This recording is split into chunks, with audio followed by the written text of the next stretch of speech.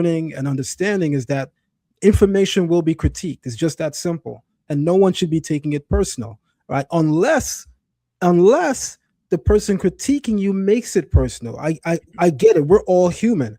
If someone makes it personal as a human, you're going to be offended by that. But Right. you shouldn't be outright offended because someone disagrees with the body of your work. In Hmm. fact, you should be happy at that because it says first, people are reviewing your work. You know how Yes. many people publish and no one says nothing? Yes. Right? You know, I worked as an EMT for almost 10 years, Chuck, EMT paramedic here in New York City and New Jersey. Mhm. And Okay. when we had a patient that we would assess in the field, like a trauma patient, like from a car accident or whatever, or like there's a multiple gunshots and I got somebody in the ambulance and I check them and I don't see anything, you know what I have to write on the actual report? Unremarkable. Mm. I say that to say that's a lot of people's scholarship. They haven't said anything remarkable enough to even cite. So when people are critiquing your work, there's always something positive to take away from it. There's something that you said that made impact. Stop Mhm. making it an ego thing. So I thank you, Chuck, for what you're doing because it's important and it leads me to land here. So when we talk about methodology and the methods that people develop, um, good brother Asar Imhotep, he uses Niger Congo and Bantu language families to relate or to show a cognate relationship between ancient Sumer and various West African languages, as well as it connecting it with ancient Kemet and their language, Medu Neter.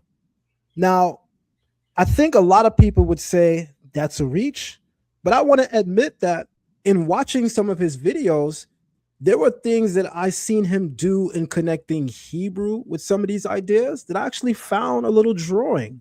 But I don't have the skill set to say what he did that was wrong with ancient Sumerian language. I don't have that skill set to critique that. But what I've seen him do with Hebrew, I actually found a little fascinating in some areas. And then because of my knowledge in Hebrew, there were things that I said, okay, that's a reach. Right. So I was able to see that he did have some things that were remarkable, right? That was unique and that has a lot of promise. But then there were things that he said that I understood as a person with 30 years of learning Hebrew that's a reach. So now the question is, Chuck, right? Your your sphere of learning is in cuneiform, dealing primarily in Akkadian, Assyrian, with Sumerian as well. That being your specialty, what do you find problematic about his approach? Would you say that it's A, he hasn't learned a discipline? He hasn't actually learned these languages formally? Do you think that that's part of the problem? Or you think B, that at times it just seems that this is all fringe scholarship? Or you could include the other variable C, which is however you see it. Okay. Well, from what I've been able to read from his own publications, um, from what I've watched him articulate, I do not see that he took the time to study the grammar of Sumer, specifically Sumerian. Um, the issue isn't just his conclusions, uh, it's the comparative method being invoked but isn't being applied. Mm. Sign values are being treated as stable semantic consonants or constants. Um, the phonetic similarity is taken as evidence of a relationship.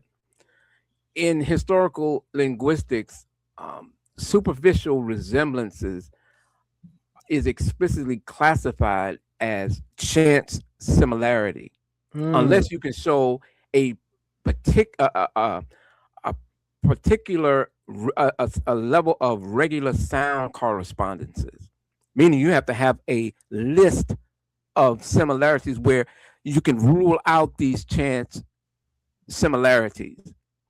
Lyle Campbell, who has a book, Historical Linguistics, in his third edition, he points out that similarity alone does not demonstrate relatedness. Apparent resemblances may be due to chance, borrowing, or other factors unless regular sound correspondences can be established. That's Okay. important. That's very important because that's the very foundation of what the historical comparative method is about. So Yeah. when you take, because I would like to share my You screen. can. You can. You can. You absolutely can. Okay. I'll throw it up as soon as I see it. Okay. Cool. Um, because